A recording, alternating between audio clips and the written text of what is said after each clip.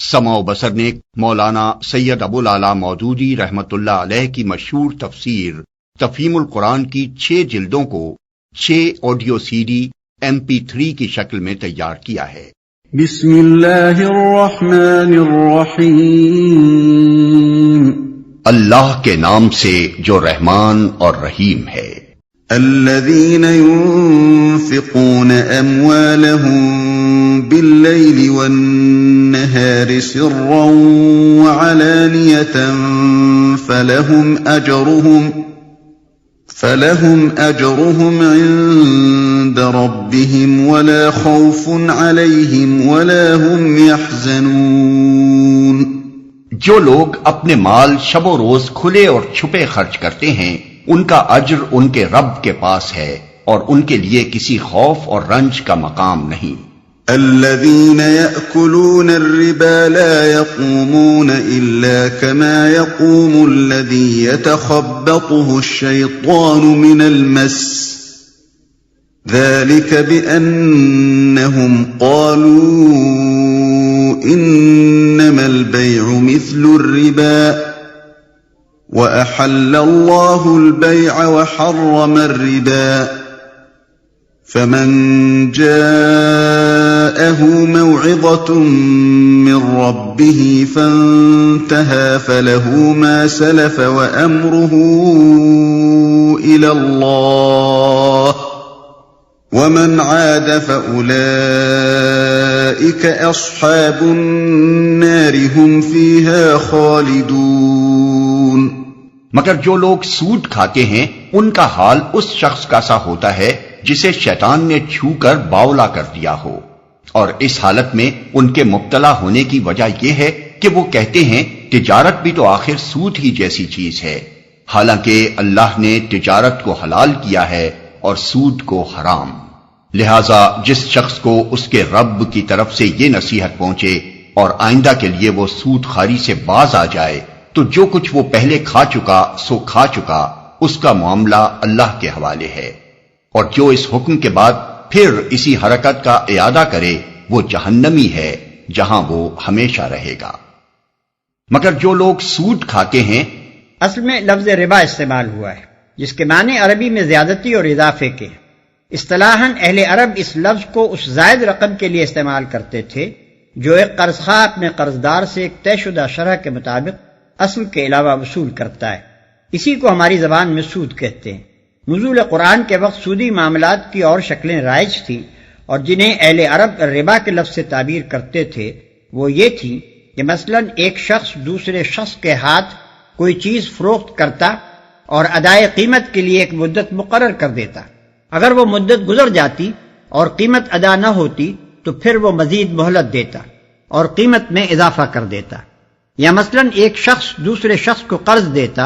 اور اس سے طے کر لیتا کہ اتنی مدت میں اتنی رقم اصل سے زائد ادا کرنی ہوگی۔ یا مثلاً قرض خواہ اور قرضدار کے درمیان ایک خاص مدت کے لیے ایک شرح طے ہو جاتی تھی، اور اگر اس مدت میں اصل رقم میں اضافے کے ادا نہ ہوتی تو مزید مہلت پہلے سے زائد شرح پر دی جاتی تھی۔ اسی نوعیت کے معاملات کا حکم یہاں بیان کیا جا رہا ہے۔ ان کا حال اس شخص کا سا ہوتا ہے جسے شیطان نے چھو کر باولا کر دیا ہو۔ اہل عرب دیوانے آدمی کو مجنون یعنی آصف زدہ کے لفظ سے تعبیر کرتے تھے، اور جب کسی شخص کے متعلق یہ کہنا ہوتا کہ وہ پاگل ہو گیا ہے تو یوں کہتے کہ اسے جن لگ گیا ہے۔ اسی محاورے کو استعمال کرتے ہوئے قرآن سودخوار کو اس شخص سے تشبیہ دیتا ہے جو مخبوط الحواس ہو گیا ہو، یعنی جس طرح وہ شخص عقل سے خارج ہو کر غیر معتدل حرکات کرنے لگتا ہے، اسی طرح سودخوار بھی روپے کے پیچھے دیوانہ ہو جاتا ہے اور اپنی خود غرضی کے جنون میں کچھ پرواہ نہیں کرتا کہ اس کی سودخواری سے کس کس طرح انسانی محبت، اخوت اور ہمدردی کی جڑیں کٹ رہی ہیں، اجتماعی فلاح و بہبود پر کس قدر تباہ کن اثر پڑ رہا ہے، اور کتنے لوگوں کی بدحالی سے وہ اپنی خوشحالی کا سامان کر رہا ہے۔ یہ اس کی دیوانگی کا حال اس دنیا میں ہے، اور چونکہ آخرت میں انسان اسی حالت میں اٹھایا جائے گا جس حالت پر اس نے دنیا میں جان دی ہے، اس لیے سودخوار آدمی قیامت کے روز ایک باولے مخبوط الحواس انسان کی صورت میں اٹھے گا۔ تجارت بھی تو آخر سود ہی جیسی چیز ہے، یعنی ان کے نظریے کی خرابی یہ ہے کہ تجارت میں اصل لاگت پر جو منافع لیا جاتا ہے اس کی نوعیت اور سود کی نوعیت کا فرق وہ نہیں سمجھتے۔ اور دونوں کو ایک ہی قسم کی چیز سمجھ کر یوں استدلال کرتے ہیں کہ جب تجارت میں لگے ہوئے روپے کا منافع جائز ہے تو قرض پر دیے ہوئے روپے کا منافع کیوں ناجائز ہو؟ اسی طرح کے دلائل موجودہ زمانے کے سودخوار بھی سود کے حق میں پیش کرتے ہیں۔ وہ کہتے ہیں کہ ایک شخص جس روپے سے خود فائدہ اٹھا سکتا تھا اسے وہ قرض پر دوسرے شخص کے حوالے کرتا ہے، وہ دوسرا شخص بھی بہرحال اس سے فائدہ ہی اٹھاتا ہے، پھر آخر کیا وجہ ہے کہ قرض دینے والے کے روپے سے جو فائدہ قرض لینے والا اٹھا رہا ہے اس میں سے ایک حصہ وہ قرض دینے والے کو نہ ادا کرے؟ مگر یہ لوگ اس بات پر غور نہیں کرتے کہ دنیا میں جتنے کاروبار ہیں، خواہ وہ تجارت کے ہوں یا صنعت و حرفت کے یا زراعت کے، اور خواہ انہیں آدمی صرف اپنی محنت سے کرتا ہو یا اپنے سرمایے اور محنت ہر دو سے، ان میں سے کوئی بھی ایسا نہیں ہے جس میں آدمی نقصان کا خطرہ یعنی رسک مول نہ لیتا ہو، اور جس میں آدمی کے لیے لازماً ایک مقرر منافع کی ضمانت ہو۔ پھر آخر پوری کاروباری دنیا میں ایک قرض دینے والا سرمایہ دار ہی ایسا کیوں ہو جو نقصان کے خطرے سے بچ کر ایک مقرر اور لازمی منافع کا حقدار قرار پائے؟ غیر نفع بخش اغراض کے لیے قرض لینے والے کا معاملہ تھوڑی دیر کے لیے چھوڑ دیجیے اور شرح کی کمی بیشی کے مسئلے سے بھی قطع نظر کر لیجیے، معاملہ اسی قرض کا صحیح جو نفع بخش کاموں میں لگانے کے لیے لیا جائے، اور شرح بھی تھوڑی ہی صحیح۔ سوال یہ ہے کہ جو لوگ ایک کاروبار میں اپنا وقت، اپنی محنت، اپنی قابلیت اور اپنا سرمایہ رات دن کھپا رہے ہیں، اور جن کی سعی و کوشش کے بل پر ہی اس کاروبار کا برابر ہونا موقوف ہے، ان کے لیے تو ایک مقرر منافع کی ضمانت نہ ہو بلکہ نقصان کا سارا خطرہ بالکل انہی کے سر ہو، مگر جس نے صرف اپنا روپیہ انہیں قرض دے دیا ہو وہ بے خطر ایک طے شدہ منافع وصول کرتا چلا جائے۔ آخر یہ کس عقل، کس منطق، کس اصول انصاف اور کس اصول معاشیات کی روح سے درست ہے؟ اور یہ کس بنا پر صحیح ہے کہ ایک شخص ایک کارخانے کو 20 سال کے لیے ایک رقم قرض دے اور آج ہی یہ طے کر لے کہ آئندہ 20 سال تک وہ برابر 5% سالانہ کے حساب سے اپنا منافع لینے کا حقدار ہوگا، حالانکہ وہ کارخانہ جو مال تیار کرتا ہے اس کے متعلق کسی کو بھی نہیں معلوم کہ مارکیٹ میں اس کی قیمتوں کے اندر آئندہ 20 سال میں کتنا اتار چڑھاؤ ہوگا۔ اور یہ کس طرح درست ہے کہ ایک قوم کے سارے ہی طبقے ایک لڑائی میں خطرات اور نقصانات اور قربانیاں برداشت کریں، مگر ساری قوم کے اندر سے صرف ایک قرض دینے والا سرمایہ دار ہی ایسا ہو جو اپنے دیے ہوئے جنگی قرض پر اپنی ہی قوم سے لڑائی کی 1 صدی بعد تک سود وصول کرتا رہے؟ حالانکہ اللہ نے تجارت کو حلال کیا ہے اور سود کو حرام۔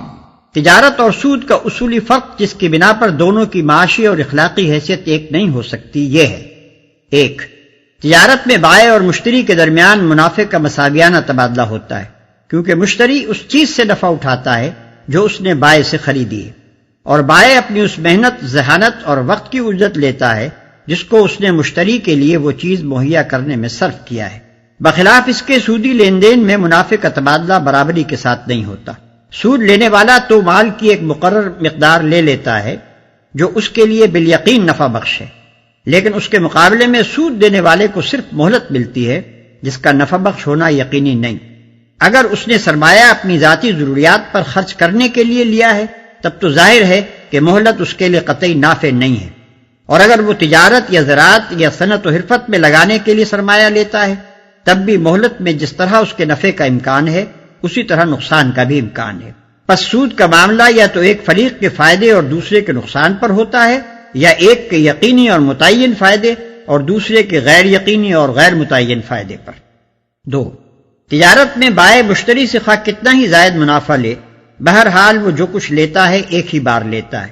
لیکن سود کے معاملے میں مال دینے والا اپنے مال پر مسلسل منافع وصول کرتا رہتا ہے، اور وقت کی رفتار کے ساتھ ساتھ اس کا منافع بڑھتا چلا جاتا ہے۔ مدیون نے اس کے مال سے خواہ کتنا ہی فائدہ حاصل کیا ہو، بہرطور اس کا فائدہ ایک خاص حد تک ہی ہوگا، مگر دائن اس فائدے کے بدلے میں جو نفع اٹھاتا ہے اس کے لیے کوئی حد نہیں۔ ہو سکتا ہے کہ وہ مدیون کی پوری کمائی، اس کے تمام وسائل معیشت، حتیٰ کہ اس کے تن کے کپڑے اور گھر کے برتن تک ہضم کر لے، اور پھر بھی اس کا مطالبہ باقی رہ جائے۔ 3.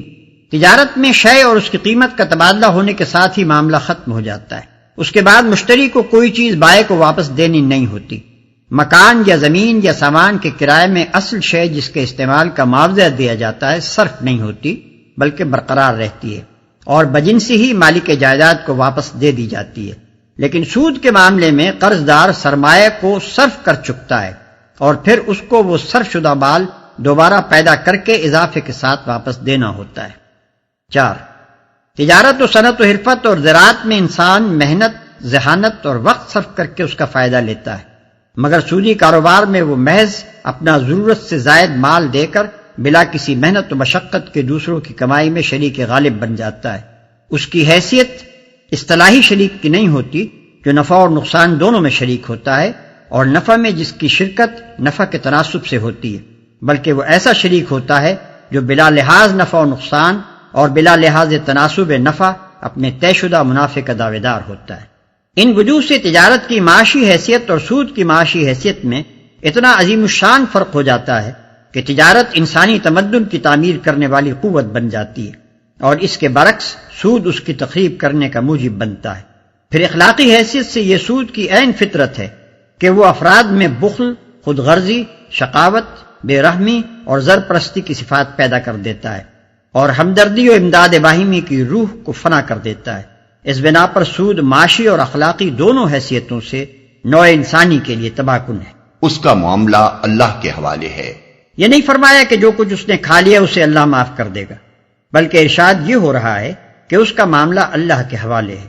اس فقرے سے معلوم ہوتا ہے کہ جو کھا چکا سو کھا چکا کہنے کا مطلب یہ نہیں ہے کہ جو کھا چکا اسے معاف کر دیا گیا، بلکہ اس سے محض قانونی رعایت مراد ہے۔ یعنی جو سود پہلے کھایا جا چکا ہے اسے واپس دینے کا قانوناً مطالبہ نہیں کیا جائے گا، کیونکہ اگر اس کا مطالبہ کیا جائے تو مقدمات کا ایک لامتناہی سلسلہ شروع ہو جائے جو کہیں جا کر ختم نہ ہو، مگر اخلاقی حیثیت سے اس مال کی نجاست بدستور باقی رہے گی جو کسی شخص نے سودی کاروبار سے سمیٹا ہو۔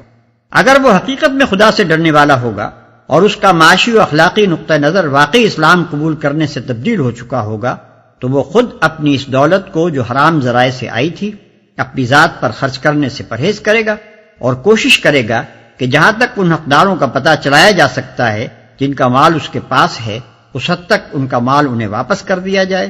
اور جس حصہ مال کے مستحقین کی تحقیق نہ ہو سکے اسے اجتماعی فلاح و بہبود پر صرف کیا جائے۔ یہی عمل اسے خدا کی سزا سے بچا سکے گا۔ رہا وہ شخص جو پہلے کمائے ہوئے مال سے بدستور لطف اٹھاتا رہے تو بعید نہیں کہ وہ اپنی اس حرام خوری کی سزا پا کر رہے۔ يمحق الله الربا ويربي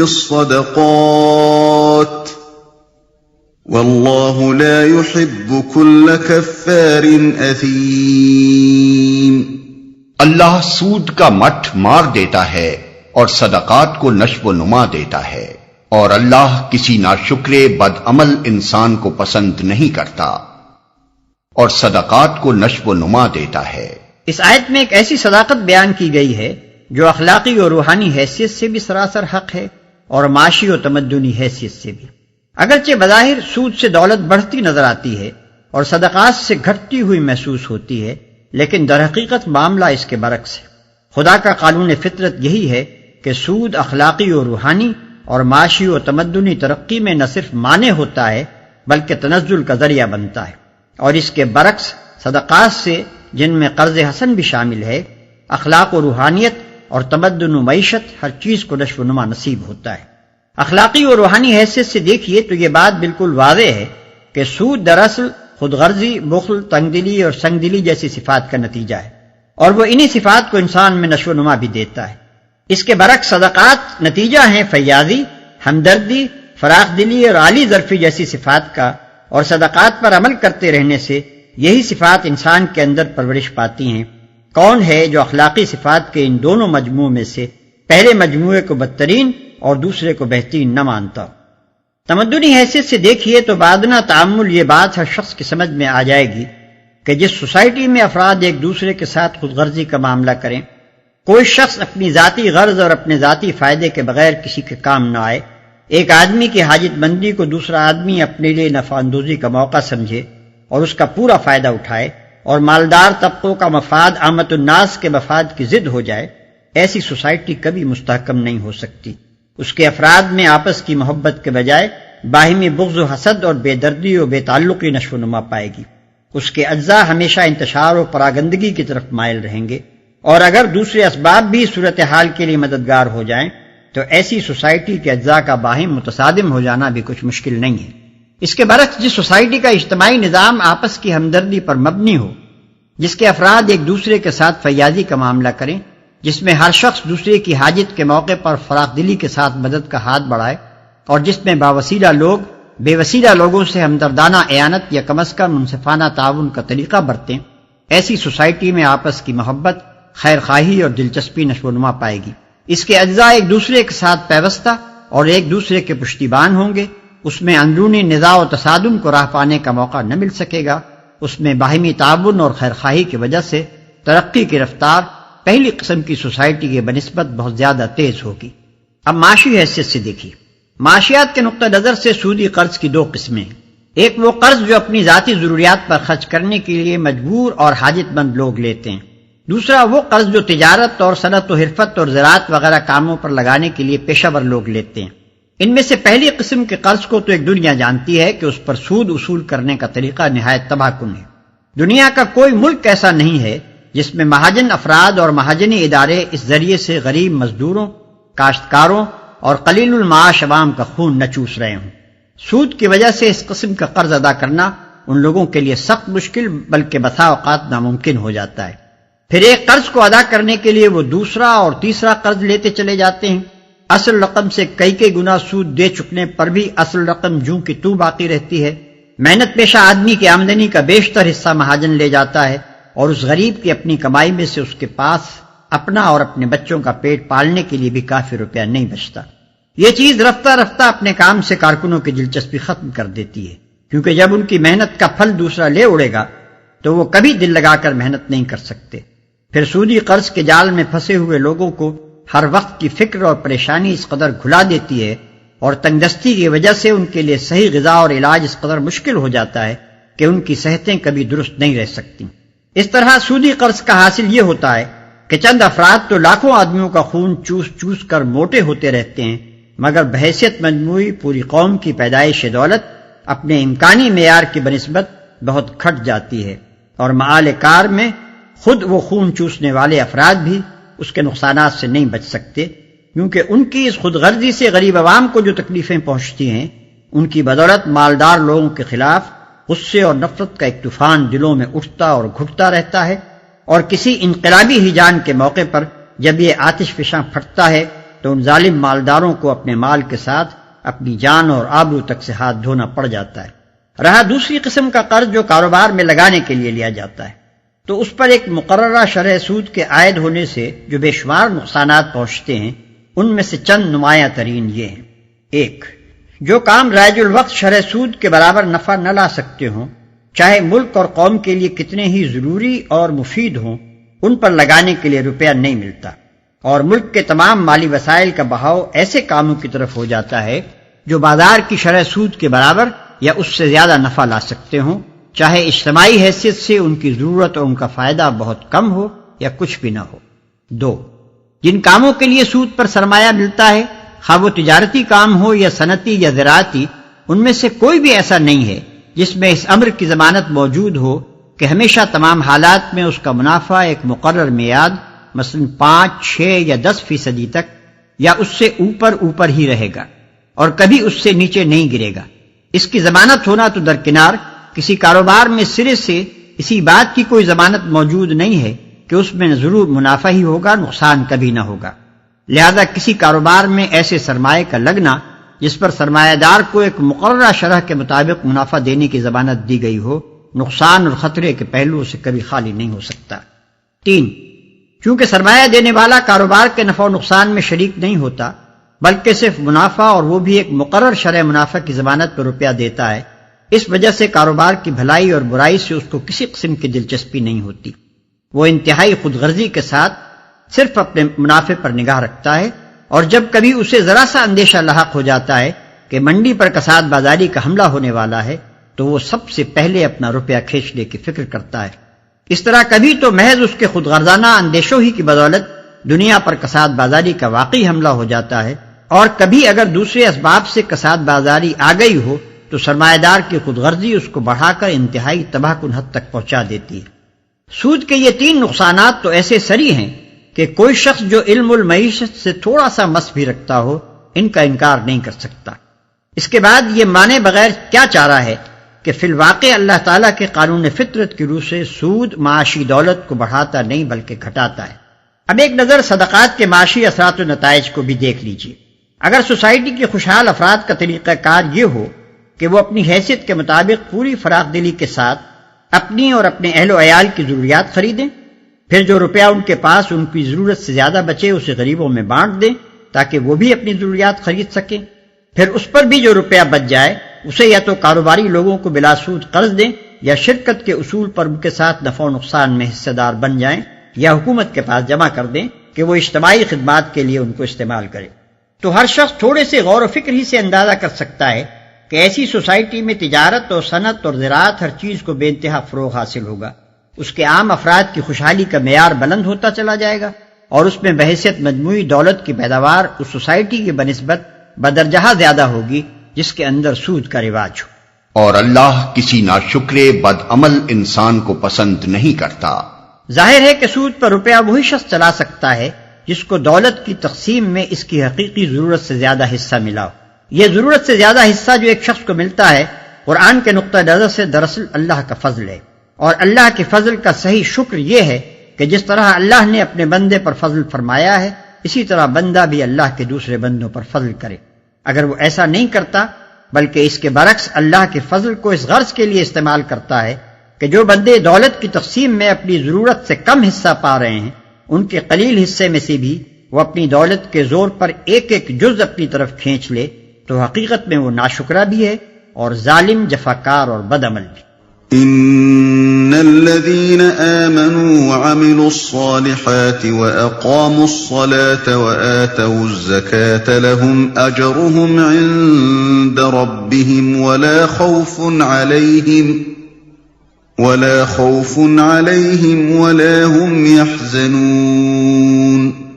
ہاں، جو لوگ ایمان لے آئیں اور نیک عمل کریں اور نماز قائم کریں اور زکوٰۃ دیں ان کا اجر بے شک ان کے رب کے پاس ہے اور ان کے لیے کسی خوف اور رنج کا موقع نہیں۔ اس رکوع میں اللہ تعالیٰ بار بار دو قسم کے کرداروں کو بالمقابل پیش کر رہا ہے۔ ایک کردار خود غرض، زر پرست، شائلاق قسم کے انسان کا ہے جو خدا اور خلق دونوں کے حقوق سے بے پرواہ ہو کر روپیہ گننے اور گن گن کر سنبھالنے اور ہفتوں اور مہینوں کے حساب سے اس کو بڑھانے اور اس کی بڑھوتری کا حساب لگانے میں منہمک ہو۔ دوسرا کردار ایک خدا پرست، فیاض اور ہمدرد انسان کا کردار ہے جو خدا اور خلق خدا دونوں کے حقوق کا خیال رکھتا ہو، اپنی قوت بازو سے کما کر خود کھائے اور دوسرے بندگان خدا کو کھلائے اور دل کھول کر نیک کاموں میں خرچ کرے۔ پہلی قسم کا کردار خدا کو سخت ناپسند ہے، دنیا میں اس کردار پر کوئی صالح سوسائٹی نہیں بن سکتی اور آخرت میں ایسے کردار کے لیے غم و اندوہ اور کلفت و مصیبت کے سوا کچھ بھی نہیں۔ بخلاف اس کے اللہ کو دوسری قسم کا کردار پسند ہے، اسی سے دنیا میں صالح سوسائٹی بنتی ہے اور وہی آخرت میں انسان کے لیے موجب فلاح ہے۔ يا أيها الذين آمنوا اتقوا الله وذروا ما بقي من الربا إن كنتم مؤمنين۔ اے لوگو جو ایمان لائے ہو، خدا سے ڈرو اور جو کچھ تمہارا سود لوگوں پر باقی رہ گیا ہے اسے چھوڑ دو اگر واقعی تم ایمان لائے ہو۔ فَإِن لَّمْ تَفْعَلُوا فَأْذَنُوا بِحَرْبٍ مِّنَ اللَّهِ وَرَسُولِهِ وَإِن تُبْتُمْ فَلَكُمْ رُءُوسُ أَمْوَالِكُمْ لَا تَظْلِمُونَ وَلَا تُظْلَمُونَ۔ لیکن اگر تم نے ایسا نہ کیا تو آگاہ ہو جاؤ کہ اللہ اور اس کے رسول کی طرف سے تمہارے خلاف اعلان جنگ ہے۔ اب بھی توبہ کر لو اور سود چھوڑ دو تو اپنا اصل سرمایہ لینے کے تم حقدار ہو۔ نہ تم ظلم کرو نہ تم پر ظلم کیا جائے۔ اللہ اور اس کے رسول کی طرف سے تمہارے خلاف اعلان جنگ ہے۔ یہ آیت فتح مکہ کے بعد نازل ہوئی اور مضمون کی مناسبت سے سلسلہ کلام میں داخل کر دی گئی۔ اس سے پہلے اگرچہ سود ایک ناپسندیدہ چیز سمجھا جاتا تھا مگر قانوناً اسے بند نہیں کیا گیا تھا۔ اس آیت کے نزول کے بعد اسلامی حکومت کے دائرے میں سودی کاروبار ایک فوجداری جرم بن گیا۔ عرب کے جو قبیلے سود کھاتے تھے ان کو نبی صلی اللہ علیہ وسلم نے اپنے عمال کے ذریعے سے آگاہ فرما دیا کہ اگر اب وہ اس لین دین سے باز نہ آئے تو ان کے خلاف جنگ کی جائے گی۔ نجران کے عیسائیوں کو جب اسلامی حکومت کے تحت اندرونی خود مختاری دی گئی تو معاہدے میں یہ تصریح کر دی گئی کہ اگر تم سودی کاروبار کرو گے تو معاہدہ فسخ ہو جائے گا اور ہمارے اور تمہارے درمیان حالت جنگ قائم ہو جائے گی۔ آیت کے آخری الفاظ کی بنا پر ابن عباس، حسن بصری، ابن سیرین اور ربیع بن انس کی رائے یہ ہے کہ جو شخص دارالاسلام میں سود کھائے اسے توبہ پر مجبور کیا جائے اور اگر باز نہ آئے تو اسے قتل کر دیا جائے۔ دوسرے فقہا کی رائے میں ایسے شخص کو قید کر دینا کافی ہے، جب تک وہ سود خواری کو چھوڑ دینے کا عہد نہ کرے اسے نہ چھوڑا جائے۔ وَإِن كَانَ ذُو عُسْرَةٍ